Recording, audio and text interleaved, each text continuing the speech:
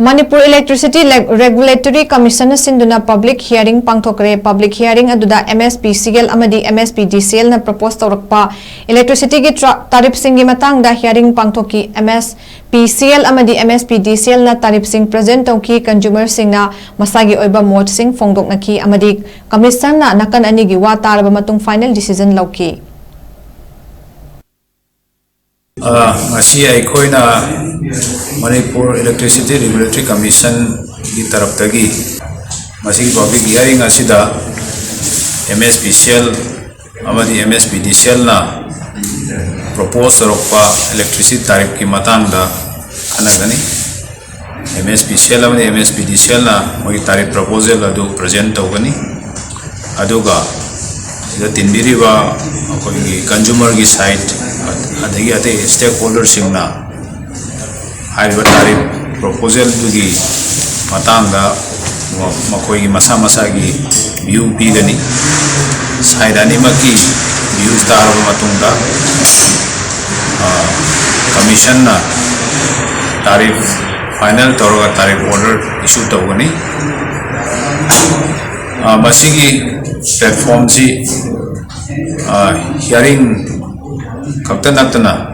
asai service provider की site की जो है MSPCL MSPDCL साइट की जो मोइना पीरिबा सर्विस अमदी तारीफ की स्ट्रक्चर है कंज्यूमर की side domestic consumers commercial consumers हमारी इंडस्ट्रियल कंज्यूमर्स की तारीफ क्या होगी है फजन मयक लाना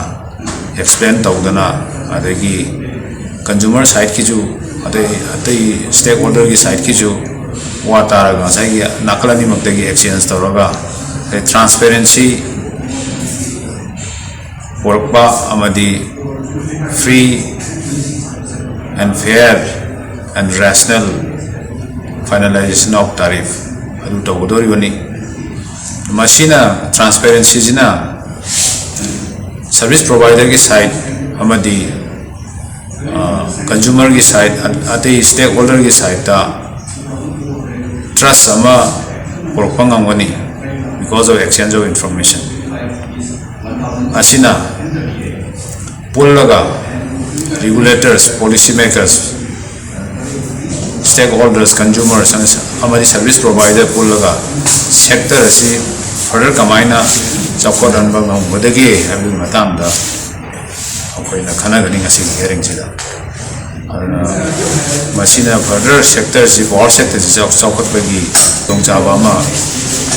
pigadoi consumer ki representative president general secretary yauri moi